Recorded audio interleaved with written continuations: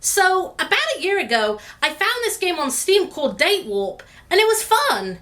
At least, the parts I remember. I was, kinda drunk? I'm gonna need to play it again to properly review it, but before that, I recently discovered that Hanako Games did another Otome game before Date Warp, and it has a lot of violence and murder in it. So yeah, let's do us some Fatal Hearts. In Fatal Hearts, you play as Christina Robinson, an upbeat 15-year-old who's nevertheless at a weird crossroads in her life.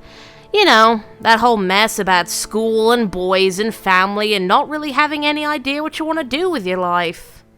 Man, am I sure glad I'm 25 now and totally know what I want to do with my life. Please help me. Anyway, Christina's not exactly sure what kind of person she wants to be. And on top of that, she's been having these recurring nightmares about a swanky-looking German dude. And then women start turning up dead, there's rumors of gang activity, and even the people she thought she could trust have been acting just weird. And that's really all I can say without going into massive spoiler territory. See, Fatal Hearts is a game that plays its cards very close to its chest, and depending on your actions, you might have no clue what the hell is going on until your second or third playthrough. There's a mystery involving ancient magical artifacts and government conspiracies, reincarnation and underground magical cults, and just all kinds of shit. But none of it's actually explained until you're at least halfway through a particular route. All I can really say is that there's a war between two sides, and depending on what you do, you'll end up fighting for one of those factions. Unless you just kinda end up dead because you're a complete fucking idiot. That's all I can say. Which is really frustrating. See, the actual main conflict of the game is treated like a massive plot twist, and so much of the game's story is spent with Christina stumbling around in the dark, being manipulated by everyone around her. But anyway, let's save that discussion for later. Instead, how about we talk about love? Characters romance. Lucy Torval, an outspoken tomboy whose infectious smile never fails to brighten your day. You've only been friends for a couple of months, but somehow you always end up falling in line with whatever she wants to do. She's supportive and caring, but also capricious, and prone to occasional fits of spitefulness. More than anything though, she's just lonely, since her parents are always off on some random business excursion. If you play your cards right, you can actually romance her. Yay for games having lesbian options. Jeremy Bowman, a nerdy older boy who, nevertheless, seems really cool by a 15-year-old standards. You meet him after running through a random field where he tells you to get in his car. And the decision of whether you want to just trust this random dude is one of the primary plot forks in the game. Jeremy prides himself on being an intellectual gentleman, and he definitely talks a good game, but underneath his sarcastic charm, he seems kind of bitter and misanthropic.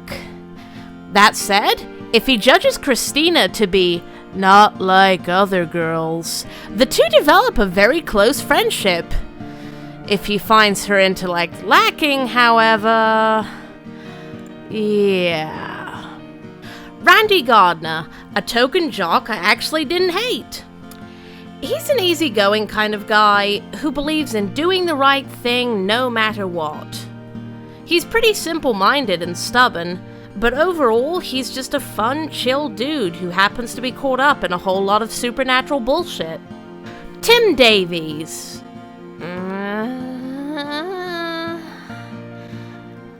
Look, I've got almost nothing on this dude.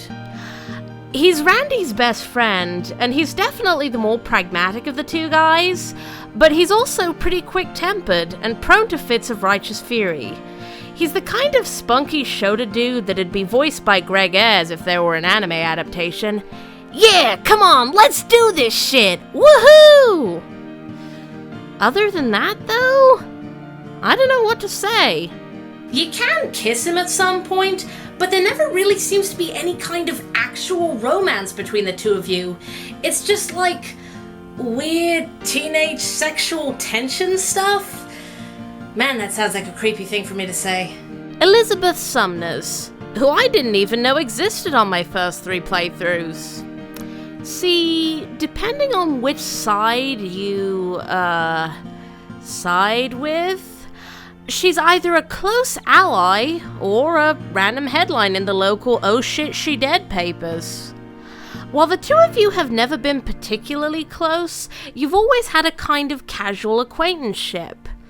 You were both shy and weren't really interested in boys or makeup, but ever since meeting Lucy, you've kind of sort of tossed Elizabeth into the trash. Naturally, she's pretty bitter about this, but with care and patience, you can get her to warm up to you again.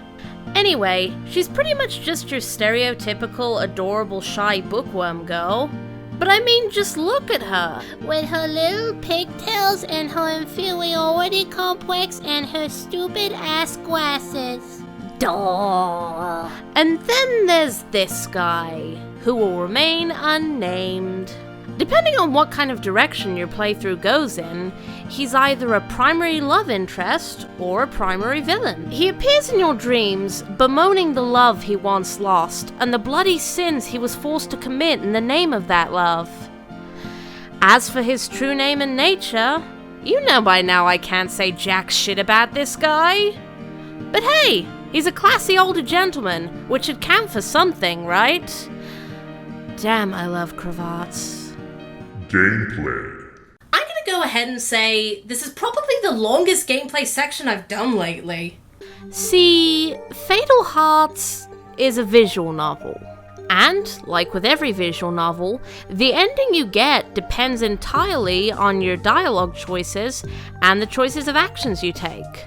However, within the game's half-dozen routes, there are over 40 different mini-games and puzzles, making this almost what I'd call an otome puzzle game.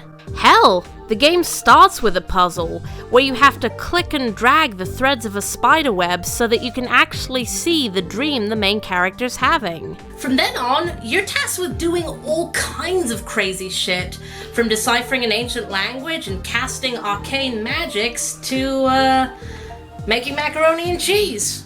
As you can probably imagine, some of the puzzles are freaking awesome, while others are either massively obtuse, painstakingly time-consuming, or just rely on the assumption that you have the mouse skills of a Korean StarCraft champion. Sneaking through a crowded mall? Pretty cool. Playing a simplistic board game with the intent to lose? That's novel. Having to Google alchemical symbols in the 7th Book of Moses in order to unlock a safes combination? Okay, now it's starting to seem like a school project.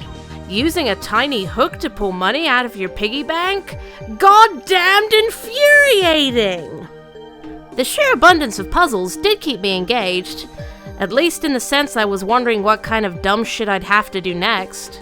But when so many of the puzzles just suck total ass, it kinda kills the fun for me.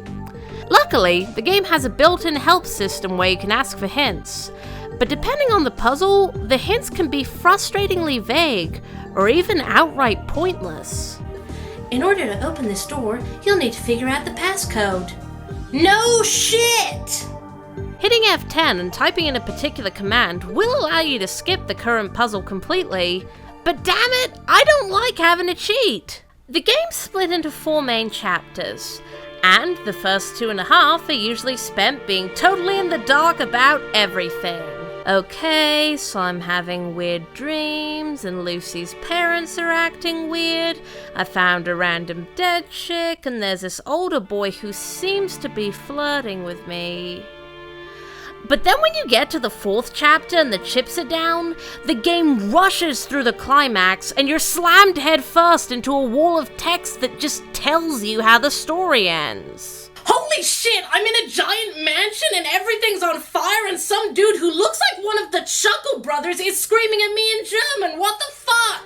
It comes out of nowhere, and the pacing is just so off kilter that it really makes even some of the enjoyable endings kinda disappointing.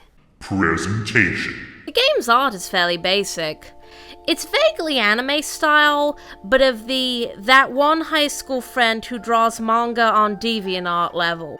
Each character has 3 or 4 sprites, all of which are pretty expressive, and even minor characters are given unique and interesting designs. That said, keep in mind I'm talking about the sprite art here, because the CG's,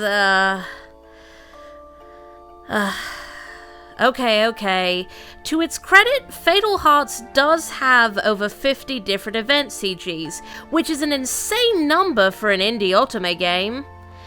And they're used very effectively, conveying the game's most dramatic moments in a way that lets you know shit's going down. That said, the CGs were drawn by 8 different artists, none of whom are the artist who drew the game's sprites. And each of the artists has a very distinct art style. So in one CG, Christina might be digitally shaded with spiky anime hair. In another, she looks totally different with a soft focus pastel look. One style looks like a pseudo-photorealistic cover of a shitty romance novel with Nomura levels of belts and buckles. And all of these wildly different art styles just don't work together. It's off-putting as hell, and honestly, I wish they just stuck to a single CG artist.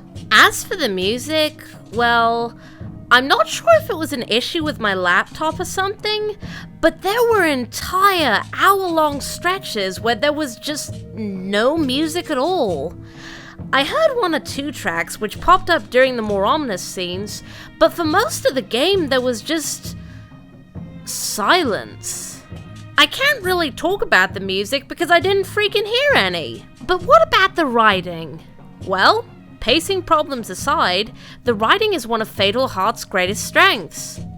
While things start out with an almost stereotypical, "Lol, I'm a perfectly normal teenage girl hanging out with my bestie" type of opening, the way the story evolves and twists on itself is immensely compelling. The characters are all pretty appealing, even though some of them don't get anywhere near enough development. There are 14 possible endings, based mainly on which side wins, and whether you decide to take control of the supernatural forces surrounding you, or just lie back and accept fate. And the way the story can vary so wildly between different routes kept me coming back for more. You can side with Team Leather Belts or Team Gas Masks, or you can support both, or neither. Or you can get lured into an abandoned parking lot and have your throat slit. You can confess your love to a guy who then murders you.